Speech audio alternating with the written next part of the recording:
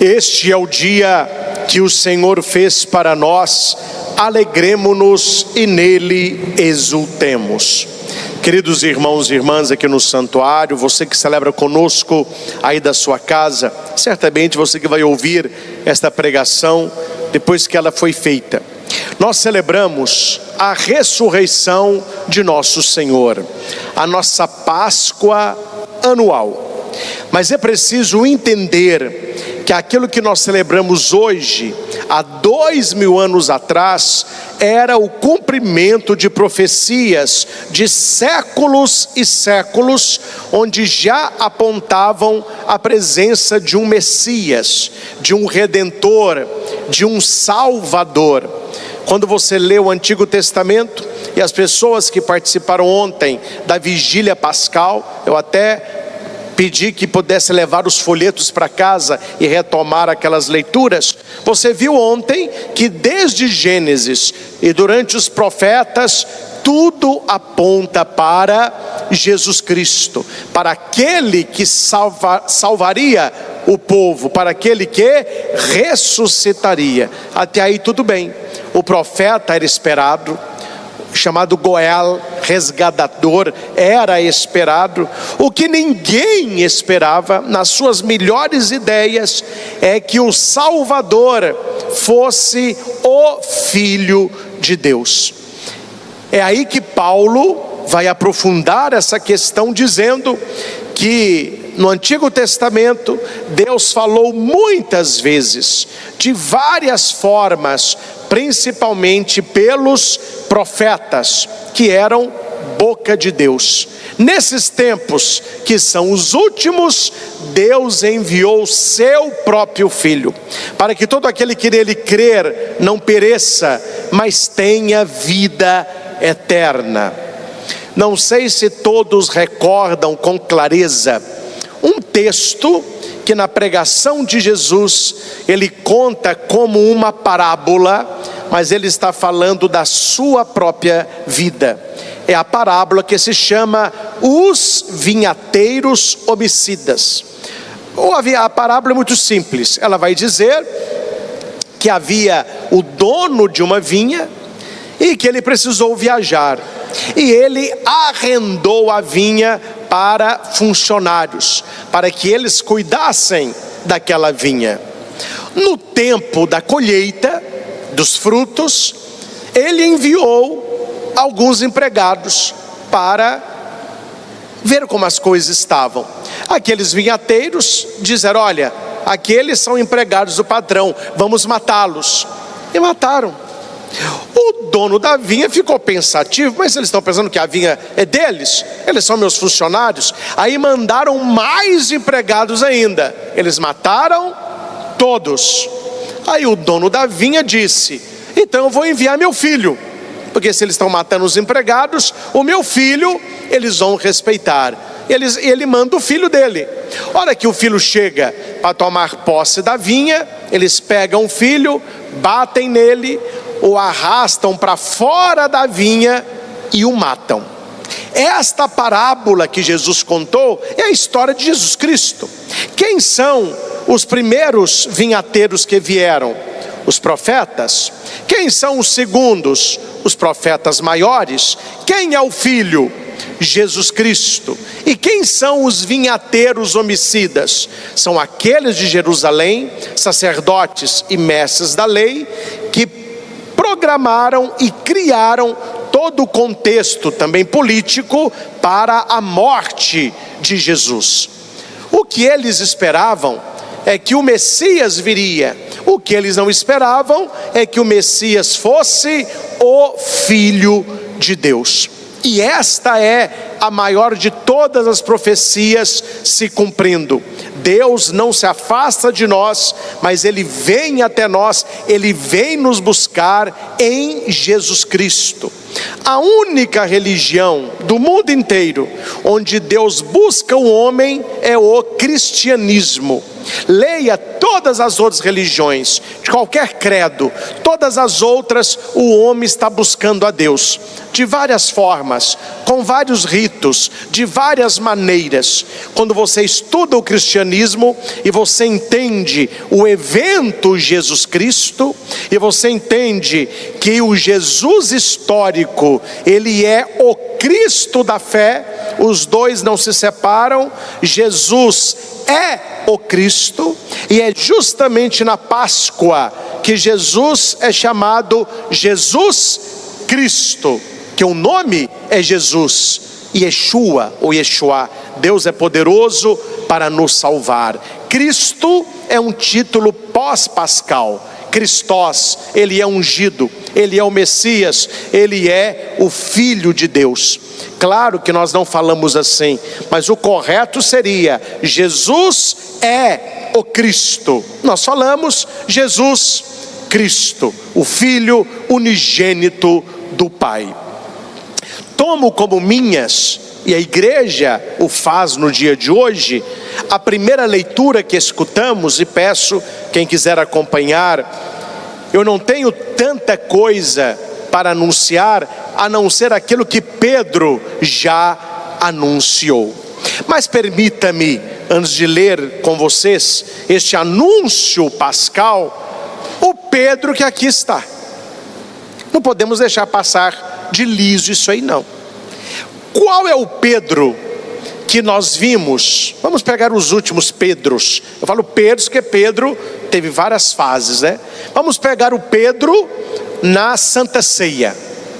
Pedro ali é o corajoso. Pedro ali é o vamos que vamos. A hora que Jesus diz: o Filho do Homem vai ser traído, ele vai ser preso, ele vai morrer, ele será crucificado, mas eu ressuscitarei.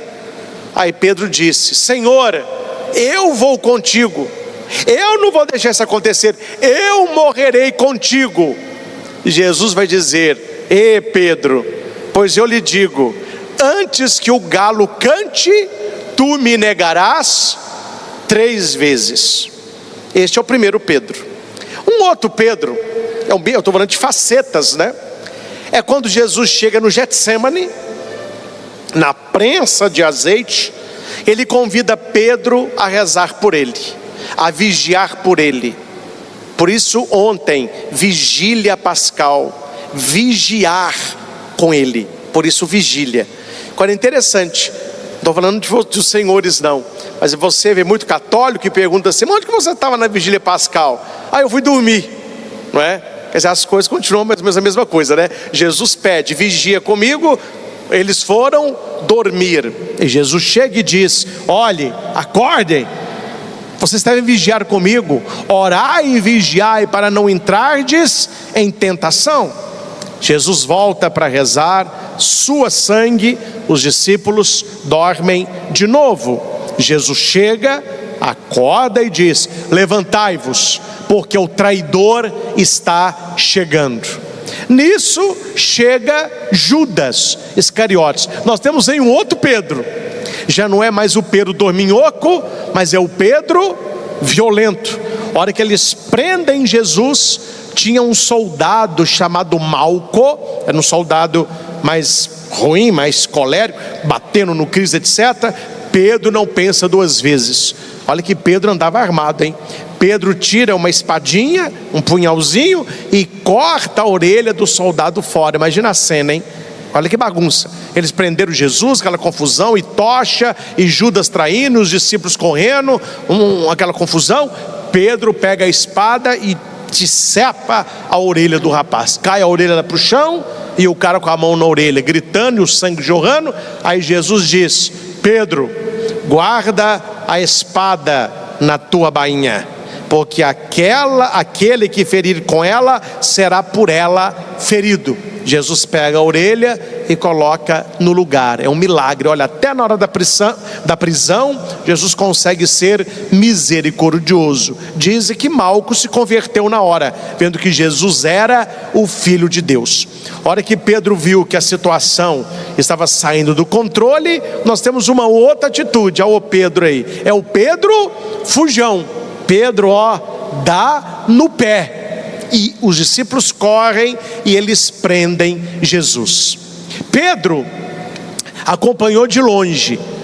Os outros ninguém sabe onde foi. João ficou perto e Pedro de longe acompanhava Jesus. Então eles levando Jesus preso, levando para um lado, trazendo para o outro, e Pedro de longe acompanhando para ver o que daria. Quando ele entra no pretório, o discípulo amado, que é João, era conhecido ali das pessoas, era conhecido pela porteira, a mulher que ficava na portaria, né? Aí Pedro está com João. João, ele bate na porta, a mulher abre para João entrar. A hora que Pedro vai entrar, a mulher diz: opa, eu não te conheço. Aí João vai dizer: não, pode deixar entrar, ele está comigo. E Pedro entra para o pátio e ali eles acendem uma fogueira. Nada na Bíblia por acaso, guarde isso. Se você quer saber Bíblia, tudo que ali está escrito tem um motivo. E Pedro fica esquentando fogo, e a Bíblia diz que fazia frio. Qual é o frio? Não é o frio de fora, é o frio de dentro. Pedro perdeu o seu calor, que era Jesus. Ele perdeu o seu amor, e ele estava ali procurando um calor externo, porque ele estava frio internamente. Aí ali acontecem as negações, né? Mas você não andava com ele? Não. Você não era amigo dele? Não. Eu já te vi, você fala como ele? Não. E o galo canta, e Pedro chora amargamente. Depois desse texto, nós não temos notícias bíblicas onde Pedro está, mas narra a tradição que ele acompanhou Jesus de longe o tempo inteiro, de longe, para não ser também crucificado. Nós temos aqui um Pedro totalmente diferente, um Pedro cheio do Espírito, um Pedro que não tem formação de oratória, não era muito culto, não sabia línguas como era Paulo, mas é um homem que se deixou tocar por Deus. E nos Atos, no capítulo 10, ele vai tomar a palavra. É ele que toma a palavra. Ele resume nesse sermão toda a vida de Jesus Cristo. E eu convido a lerem comigo a leitura que escutamos, porque ela é o coração da fé cristã. Se alguém perguntar para você, resuma para mim a Páscoa, está aí em Atos capítulo 10, do versículo 34 ao 43. Naqueles dias, Pedro tomou a palavra e disse: todos nós, vós sabeis o que aconteceu em toda a Judeia, a começar pela Galileia, depois do batismo pregado por João. Como Jesus de Nazaré foi ungido por Deus com o Espírito Santo e com poder. Só para um momentinho. Aqui é interessante que Pedro diz da vida pública de Jesus. Quando começou a vida pública de Jesus? Depois do batismo. E veja aqui como que Pedro já sabe o que ele está dizendo de maneira profunda. Como Jesus de Nazaré foi ungido. A palavra ungido em grego é Christos. Christos é ungido. Jesus de Nazaré é o ungido. Jesus de Nazaré é o Cristo. Por isso, Jesus Cristo. Continuamos. Ele andou por toda parte, fazendo o bem e curando a todos que estavam dominados pelo demônio, porque Deus estava com ele. E nós somos testemunhas. Vamos de novo. E nós somos testemunhas. Bonito isso. E nós somos testemunhas de tudo o que Jesus fez na terra dos judeus e em Jerusalém. Entramos na paixão. Eles o mataram pregando-o numa cruz. Mas Deus o ressuscitou ao terceiro dia, concedendo-lhe manifestar-se não a todo o povo, mas a testemunhas que Deus havia escolhido. A nós que comemos e bebemos com Jesus depois que ressuscitou dos mortos. E Jesus nos mandou pregar ao povo e testemunhar que Deus o constituiu juiz dos vivos e dos mortos.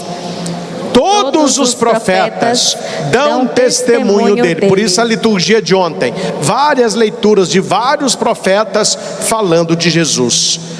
Todo aquele que crê em Jesus recebe em seu nome o perdão dos pecados. Aí na leitura se diz, né? Palavra do Senhor. Graças a Deus. Graças a Deus. Graças a Deus que as profecias se cumpriram. O povo que andava nas trevas viu uma grande luz. Vigília Pascal de ontem começou como? Na escuridão. Bênção do fogo novo, a luz. Lembrem do Natal. O Natal também tem uma luz. Naquela noite escura, uma grande estrela brilhou. E a primeira leitura da missa do Natal diz isso. Aquele povo que andava na escuridão viu uma grande luz. Para quem jazia nas trevas da morte, uma luz brilhou. Isso tanto vale com a luz do Natal, mas vale também para a luz pascal. Vamos entender isso biblicamente. Biblicamente. O Papa Bento XVI, nas suas homilias do dia da Páscoa, ele vai dizer o seguinte, olha que bonito. A luz que ilumina a gruta de Belém vem do túmulo da ressurreição. É aquela luz de Cristo vivo que vai perpassar toda a sua vida chegando à gruta de Belém. Lembro-me com muita clareza, este ano passado no caso, aqui no Frei Galvão, a minha pregação do dia 25 à noite, pode voltar lá, o tema da pregação era: quem é a criança de Belém? Porque se diz tudo de Jesus, mas se diz muita bobagem por aí. Aí eu contextualizei na Bíblia quem é a criança que nasce. E aqui os senhores já entenderam plenamente. Quem não entende o mistério pascal, paixão, morte e ressurreição de Jesus, não entende o Natal. Porque você celebra o Natal lembrando que aquela criança que nasce é aquele que vai ressuscitar por amor a nós. É por isso que o Papa Bento é muito feliz quando ele diz que aquela luz que brilha na gruta de Belém, ela vem do dia da ressurreição. Jesus ressuscitou. Amém? Aleluia. Tá bom. Mas se ficasse por aqui, meu irmão, já estava muito bom. Mas a coisa prolonga. Aqui a igreja tem uma pergunta. Jesus ressuscitou. Ressuscitou. Nós cremos no testemunho, cremos. E aí? O que a ressurreição dele tem a ver com a minha vida? Por que nós estamos aqui? Por que a igreja hoje convida os seus filhos a proclamarmos que ele está vivo?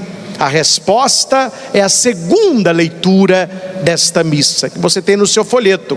Está no livro dos Colossenses, carta aos Colossenses, no capítulo 3, quem escreve é São Paulo. Aí Paulo, olhando para a ressurreição, ele olha para nós, que cremos na ressurreição, e assim ele vai dizer: Se ressuscitastes com Cristo, que quando Cristo ressuscita, nós ressuscitamos com Ele.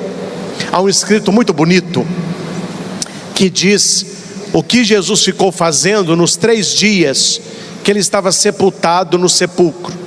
Que Ele estava, alguns falam, estava esperando, né?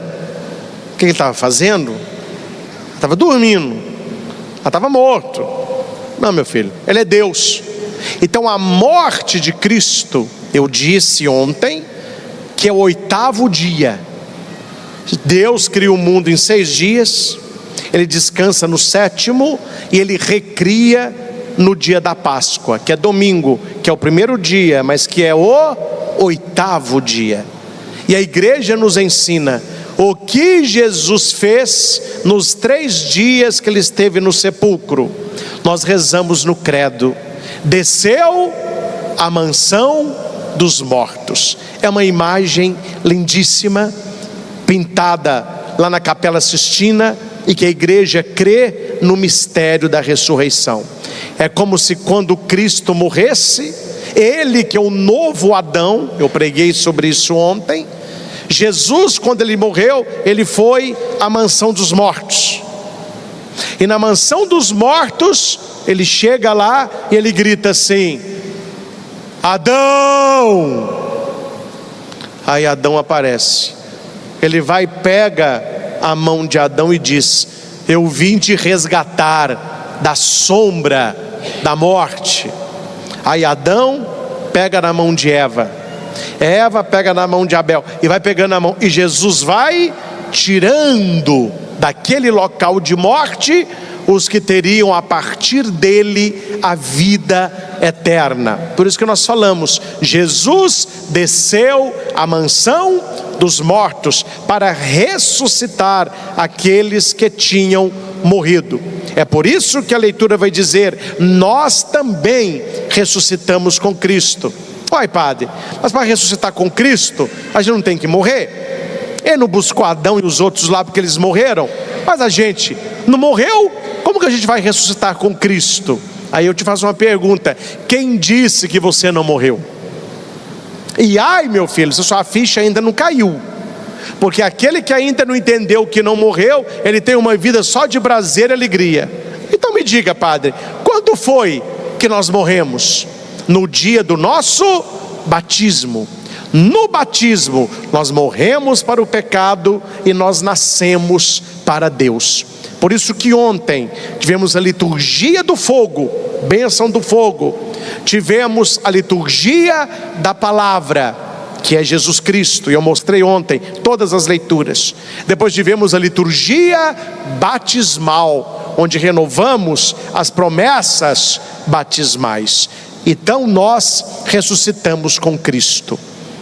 E no mundo de hoje, como que eu sou diferente daqueles que não creem? Como que eu sou diferente daqueles que não buscam? Para os que negam, pouca esperança há, mas para os ignorantes é terra de missão. Um coração ignorante é terra de missão. E o que é uma pessoa ignorante?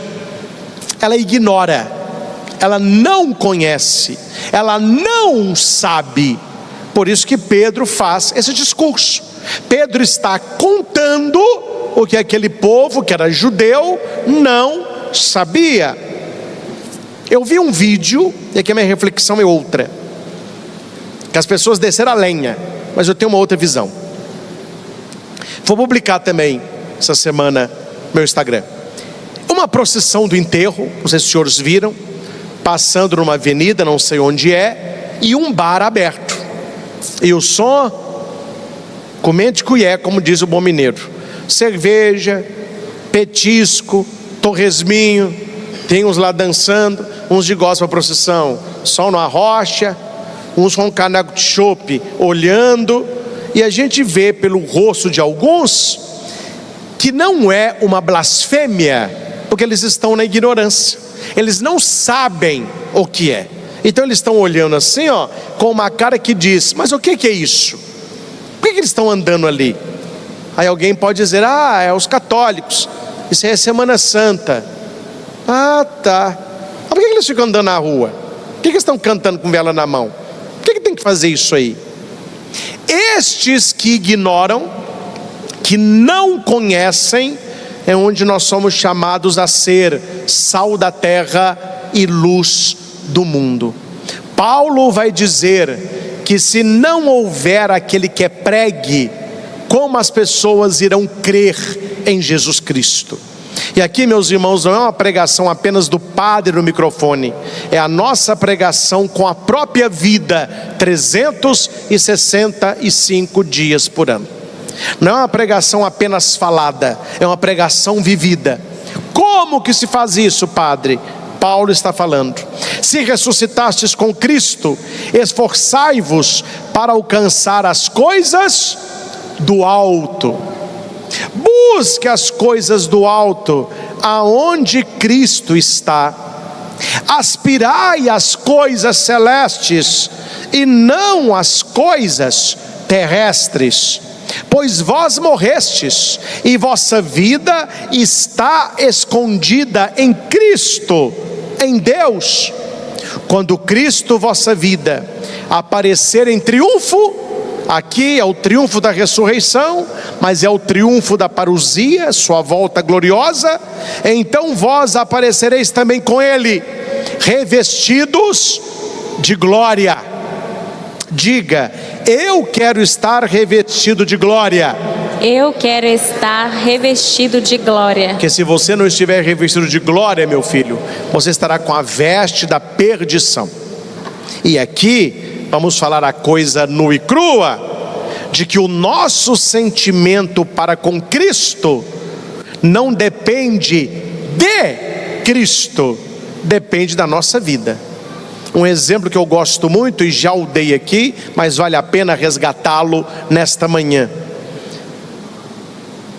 Duas famílias, uma de frente para a outra, belas casas, os pais são amigos e ambos resolvem passar um final de semana num resort, como se fosse uma segunda lua de mel. Os filhos já são crescidos, não são mais crianças, e aqueles pais dizem: olha, nós vamos na quinta e voltamos no domingo. Cuide da casa, a alimentação já está na geladeira, tem muito congelado. Vem uma pessoa para fazer companhia para vocês aí, está tudo certo, tudo certo. Os pais abraçam os filhos, a outra casa faz a mesma coisa. Eles entram no mesmo carro, 2 casais, 4 pessoas, e vão para o resort. A casa de cá, os filhos eram prudentes e falaram um para o outro: vamos manter a casa arrumada, porque a nossa casa é grande e não está fácil arrumar isso. Vamos combinar o seguinte: sujou, lavou, vamos deixar prata acumular não, e vamos manter as coisas em ordem. Um disse: hoje à noite eu vou sair com meus colegas. O outro disse: eu fico em casa. Amanhã é sexta-feira, nós dois temos aula de manhã. À tarde eu tenho inglês, você tem futebol. E à noite, vamos ficar em casa, vamos pedir uma pizza, vamos ver um filme aí. A gente chama a sua namorada, chama uns amigos nossos, tá bom. Aí viram o filme, os amigos foram, comeram a pizza, pediu para todo mundo lavar o seu prato, não é? No sábado, tranquilo, foram molhar o jardim da casa. Um acordou mais tarde, foi lá mexer no computador. Mas a casa de lá, na quinta, os dois falaram: nossa, velho, não vamos perder tempo não, vamos aproveitar. Coloca nos grupos de WhatsApp: festa liberada, comida e bebida cada um traz, nós oferece a piscina. Meu filho, mas foi um auê. Os colegas de escola chegando e sujaram a casa toda, e churrasco, e cerveja, e gente pulando na piscina, aquela confusão toda. Tinha até um casal diferente aí, porque a moça era muito pudiga, muito assim santinha, né? Ela falava assim: amor, eu vou com você, mas eu não bebo não. Ele falou: não, pode ir comigo, lá tem refrigerante, lá tem suco. Aí a moça foi, só que lá alguém deu para ela um copo de chopp, cerveja. Ela foi e tomou o copo. Ela gostou, sabe? Nunca tinha bebido não. Aí pediu outra. Aí tomou a segunda. Ela ficou quente, já tirou o sapato, já abriu a blusa. Aí tomou a quarta, já tirou a saia. Aí deu um finquete na piscina, tirou o sutiã, ficou fazendo topless, aquela confusão toda. E o namorado dela, assustado, porque ela era uma moça muito contrita, e falou com ela assim: o que deu em você? Que vexame que é esse? Ela falou assim: eu tô louca. Aqui é vida louca. Eu não gostei tanto dessa festa, mas a culpa é sua, porque eu nunca bebi. Eles me deram álcool, por isso que eu tô louca assim. O namorado falou assim: pelo amor que você tem a Deus, saia dessa piscina, vista essa toalha e cria vergonha na sua cara. A cerveja aqui é sem álcool. Agora, vocês estão entendendo, não estão? Motivo para fazer o que quer fazer, né? Então estava um auê essa casa. Sabe o que aconteceu? Um dos casais fechou pelo celular um contrato milionário, e o cara só podia assinar o contrato até sábado à noite, que era o domingo de manhã. O cara viajava para Miami. O que os casais resolveram? Vamos voltar sábado à noite. Na primeira casa, a casa toda arrumada, os filhos vendo televisão, comendo pizza com os colegas, tudo tranquilo. Na casa da frente, esse pandemônio. Quando o carro parou e os pais desceram, responda para mim, os dois filhos dos dois casais chegaram na janela. A reação dos dois foi a mesma? Os de cá falaram: os nossos pais voltaram mais cedo, que alegria! E os de lá: estamos fritos. Olha como que essa casa está. Veja, meus irmãos, que a chegada dos pais foi alegria para um e desespero para o outro, mas a chegada foi a mesma. A ressurreição de Cristo, o Senhor que veio em glória, para quem está levando uma vida certa, para quem está esperando Ele chegar, para quem quer fazer a coisa certa, é uma alegria, é o Senhor. Mas para aquele que está na perdição, levando a vida como o diabo gosta, este dia que para nós será de glória, para ele será de perdição. E não é a vinda de Cristo, é a nossa vida. É por isso que na leitura Paulo vai dizer: mostre que você é de Jesus no seu modo de viver, no seu modo de se portar. Busque as coisas do alto, não se prenda às coisas da terra, mas busque as coisas do céu. Isso é Páscoa, isto é passagem. E por último, a notícia das mulheres, no caso aqui, Maria Madalena. Nós precisamos aprender com Maria Madalena a anunciar a boa nova. Eu sempre rezo, e você pode rezar também, para que Deus me conceda sempre uma boca de Gabriel. Sempre que eu rezo eu falo: ô São Gabriel, interceda por mim, interceda pela minha boca, pela minha língua, pelas minhas pregações. O Senhor, que é um arcanjo poderoso, que fez a mais bela pregação de todas, que foi anunciar a Maria que ela seria a mãe do Salvador. Ele anunciou a boa nova. É boa, angelium, nova, evangelho, boa nova. Maria Madalena tem uma boca bendita também. Nós devemos ser como Madalena, anunciar a ressurreição, anunciar aquilo que sabemos. No primeiro dia da semana, Maria Madalena vai ao túmulo, estava ainda escuro e a pedra foi retirada. E Maria Madalena, ela sai correndo. Aqui, meus irmãos, entenda. Eu acabei de falar dos filhos, não foi? Do pai. Não é o acontecido, é a visão. Porque para Pedro e João, o discípulo amado, a pedra rolada é sinal pascal. Nesse primeiro estágio, para Madalena, é sinal de desespero. ela amava Nosso Senhor, ela chorava pela sua morte, ela tinha muito amor, mas ela tinha pouca fé. Não basta ter muito amor se não tem fé. A pedra rolada era para Maria Madalena gritar: Ele ressuscitou, como disse. Não, ela sai correndo, vai até Pedro, até o discípulo amado, e diz: tiraram o Senhor do túmulo e não sabemos onde o colocaram. Depois do texto, os discípulos voltam, né? E Maria Madalena permanece lá. Ela fica olhando para dentro do túmulo, chorando como ela só. Aí ela escuta, né? São os evangelhos próximos. Maria, que é Miriam, né? É Miriam de Magdala, a gente fala Maria Madalena. Miriam, Maria, ela olha. Ao olhar aí, só quando ela vê Jesus de pé, ela acha que é quem? O jardineiro. Aí ela vai dizer para ele: olha, se fosses tu que o retiraste, diga-me onde o colocaste e eu vou buscá-lo. A loucura da dor. Isso é chamado loucura da dor. Jesus era um homem forte.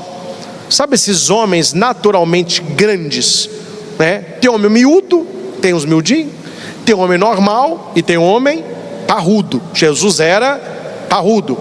Eles calculam que Jesus tinha aproximadamente uns 90 quilos. Assim se calcula pelas marcas do sudário. Madalena era uma mulher de baixa estatura e muito magra. Então você coloca a Madalena, são 50 e poucos, 60 quilos no máximo. Agora eu quero que você me responda: como que uma mulher sozinha e franzina, como era Madalena, quer trazer Jesus no colo, um homem de 90 quilos? Veja a loucura da dor. A loucura da dor. Me fala onde o colocaste e eu vou buscar. Aonde, minha filha? Aonde? Aí Jesus olha para Maria e fala: o amor é grande, mas a fé está pouca. Aí ele vai dizer o nome. Primeiro, porque choras? Ela olha para ele. Quando ele diz Maria, e Jesus é muito elegante, né? Ele não diz Maria Madalena, ele diz Maria. Por que ele não falou Madalena? Que é Madalena, ó. Madalena é a cidade que ela morava, é uma cidade chamada Magdala. Então Maria Madalena, Maria de Magdala, lá da cidade de Madalena, Magdala. Só que Madalena, a cidade era santa, não. O povo era bem pecador, sabe? Era uma cidade de depravação.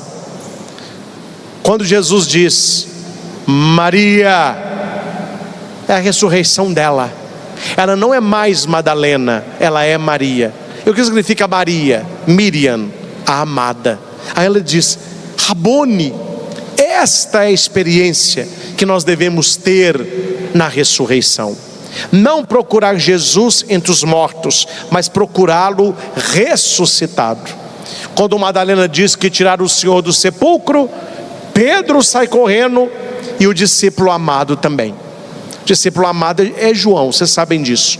Mas por que não tem o nome João e fala discípulo amado? Que é todo aquele que é seguidor de Jesus é o discípulo amado. Pedro era um senhor, ele está correndo, mas ele corre mais lento. O discípulo amado é jovem, então ele chega primeiro. Só que João é elegante, né? Diferente de alguns jovens hoje, porque eu aprendi, não sei como que é na sua casa, mas eu aprendi e até hoje faço. Tem um almoço, tem um jantar, uma festa. Quem é o primeiro a servir? São os mais idosos, os mais velhos. É a dona da casa, é o dono da casa. Os jovens esperam e as crianças sentadas. Certas casas não tem limite nem educação, né? Qual que é os primeiros que comem? É a criançada. Dá para a meninada comida, deixa o jovem comer. Os velhos que esperem. Aí, meu filho, os melhores pedaços vão, porque também não sabem dividir, não é? É a geração peito de frango. Eu atendi um homem e falava comigo: padre, eu sou da geração peito de frango, coxa de frango. Falei, que geração que é essa, meu filho? Quando eu era criança, minha mãe falava, o primeiro a servir é o seu pai, o peito e as coxas é do seu pai. Aí eu ficava olhando ao prato do meu pai, aquele peito mais bonito e 2 coxonas no prato. Aí eu falava, não tem problema não, um dia eu vou casar, eu vou ser pai e eu vou comer o peito e as coxas. Falei, e aí, meu filho? Passou essa fase, padre. Quando eu vou comer, os meus filhos já comeram. Eu não comi quando era criança e não como quando é adulto. Aqui é só para você entender que a delicadeza de João nós precisamos ter também. João é mais jovem, João chega primeiro, João corre, mas ele não entra, ele espera a autoridade, ele espera Pedro, porque João sabia que sobre Pedro Jesus teria edificado a sua igreja. Nós que somos católicos temos esta alegria de ter um Pedro, hoje com o nome de Leão. E aqui para nós, graças a Deus, o leão tem rugido, viu? O leão tem rugido, e não apenas com a boca, mas com gestos. Há séculos que um papa não faz a via sacra toda carregando a cruz sozinho. É um bom sinal.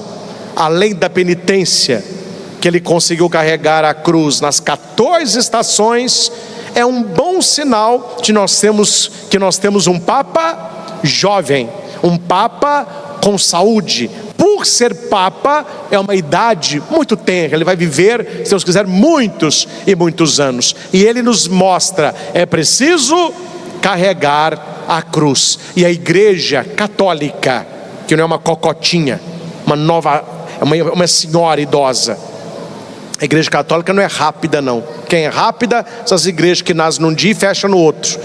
Nossa igreja é muito velha, é uma senhora de 2000 anos. E uma senhora de 2000 anos, meu filho, você tem que ter muita paciência com ela. Ela vai andar mais lenta, ela precisa de ajuda. O mau filho, ele olha para a cara da mãe e critica a ruga que a mãe tem, o cabelo branco que a mãe tem, mas o filho não sabe que ele é a causa tanto da ruga como do cabelo. Então é por isso que a nossa igreja tem essa devoção, que eu acho tão bonito, ao Papa, o amor ao Papa. Não sei se vocês acompanharam a última viagem, Sua Santidade, ele foi ao Principado de Mônaco. Foi algo que nem os vaticanistas esperavam que fosse tão grandioso. As pessoas ficaram encantadas com a presença do Papa, né? Ele foi de helicóptero 1h30 do Vaticano, a presença de Pedro no meio deles. E nós que somos católicos, nós sempre esperamos Pedro. Surgiu um problema, vamos ver o que o Papa vai dizer. Surgiu uma questão, vamos esperar a palavra do leão. Tem uma determinação, o que o Papa disse sobre isso? Qual é? Nós somos os jovens, estamos hoje tão rápidos, queremos tudo rápido, mas nós temos que ter paciência de esperar Pedro chegar. João esperou Pedro. Hoje em dia as pessoas são soberbas, né? Eu não preciso de papa. Quem precisa de papa? Quem precisa de bispo? Quem precisa de padre? Quem precisa de igreja? João nos diz o contrário. É necessário reconhecer a autoridade, é necessário esperar. João chega primeiro, mas ele esperou. Pedro chega, ele vinha correndo atrás. Aí Pedro entra e ele olha. Aí entra João, ele olha e ele creu. Aqui é um paralelo, né? Maria Madalena, ela olha e sai desesperada. Pedro, ele olha e vê os sinais. João, ele olha e acredita. 3 olhares. Maria Madalena desesperada, Pedro procurando sinais, João a fé. Qual é o nosso olhar nesta manhã pascal? Por último, meus irmãos, há algo que também não pode passar despercebido, porque é muito bonito. Certamente os senhores já sabem, mas existe algumas normas que não precisa ser fresco. Isso é frescura, não é outra coisa. Estou falando de certas normas, como se comporta a mesa. A gente fica comendo na mesa como se fosse um coxo, né? Então tem algumas pequenas normas que é bom seguir, principalmente no restaurante, os restaurantes melhores. Uma norma que ajuda muito o maître ou o garçom é como você posiciona o talher e aquele guardanapo de pano, geralmente fica no colo. O talher e o guardanapo manda lições como que aquele garçom vai ou não lidar com a sua comida. A maneira como você entrega o prato com o garfo, ali está: muito bom, excelente, não gostei, pequeno defeito, não quero, espera. São as posições dos talheres. Mas eu quero dizer aqui é sobre o guardanapo de pano. Se você precisa parar a sua refeição para ir ao banheiro, para atender o celular, talvez para espirrar alguma coisa, você pega o guardanapo, você dobra aquele guardanapo de pano, coloca do lado do prato e saia. O garçom ou o maître, ele vai chegar, ele vai olhar para o seu prato, ele vê o guardanapo dobrado, ele não mexe, ele se afasta. Quando é que você terminou a refeição? Quando você pega o guardanapo, pega ele sem dobrar, pega ele pelo meio, passa entre as mãos e joga na frente do prato. Aquele guardanapo jogado ali, está falando com o maître: terminei. Ele vai chegar, vai tirar o guardanapo e vai tirar o prato. Guardanapo dobrado, volto logo. Guardanapo jogado, acabou. Quando Pedro entra, o soldarion que estava no rosto de Jesus não estava jogado como o manto que estava no seu corpo. Ele estava dobradinho num lugar à parte. Vocês conseguem imaginar? Jesus ressuscitado, ele pega o soldário e joga no chão. O que ele está dizendo? Acabou a morte, agora é vida. Mas ele pega aquele lenço que estava no seu rosto, ele tem o cuidado de dobrar e te colocar num lugar à parte, para depois sair do sepulcro. Quem sabe ler um pingo e letra, quando João viu o lenço dobrado, a mensagem ali estava: volto logo. Este é a maravilha do túmulo aberto. O lençol jogado terminou a morte, o soldário dobrado, volto logo. E a pergunta é, meus irmãos, onde nós estamos nesta história? A pregação de Pedro, a pregação da igreja, a pregação do padre, onde nós estamos nesta história? Com isso nós finalizamos, e você tem que viver isso. Onde eu estou na história de Jesus Cristo?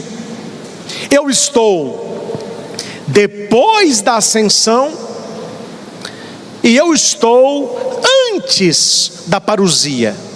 O que é a ascensão? A subida de Jesus ao céu. O que é a parousia?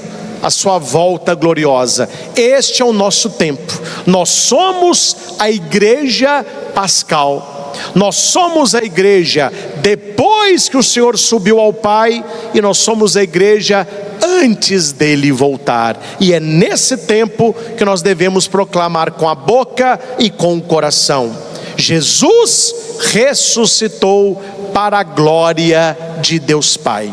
Sejamos, meus irmãos, mensageiros da ressurreição. Sejamos mensageiros da alegria pascal, não apenas com a palavra, mas sobretudo com a vida, buscando as coisas do alto, aonde Cristo está. A todos e a cada um, desejo-lhes uma feliz e santa Páscoa. Que a alegria que Madalena sentiu no coração ao ver Jesus Cristo esteja no nosso coração. Nós que fizemos a carreata, nós que acompanhamos pelas ruas, nós que recebemos a sua bênção, nós que vamos daqui a pouco comungá-lo, na certeza de que se Jesus Cristo Jesus Cristo vive, é porque nós viveremos com Ele. Se Ele não ressuscitou, vã é a nossa fé. E sabemos que Ele ressuscitou, primícia de que todos aqueles que já morreram. Vivamos, meus irmãos, uma vida que não caminha para a morte, mas sim para a vida e vida eterna. Ao Senhor Jesus, vivo e ressuscitado, toda honra, toda glória e todo louvor. Louvado seja nosso Senhor Jesus Cristo, para sempre seja louvado.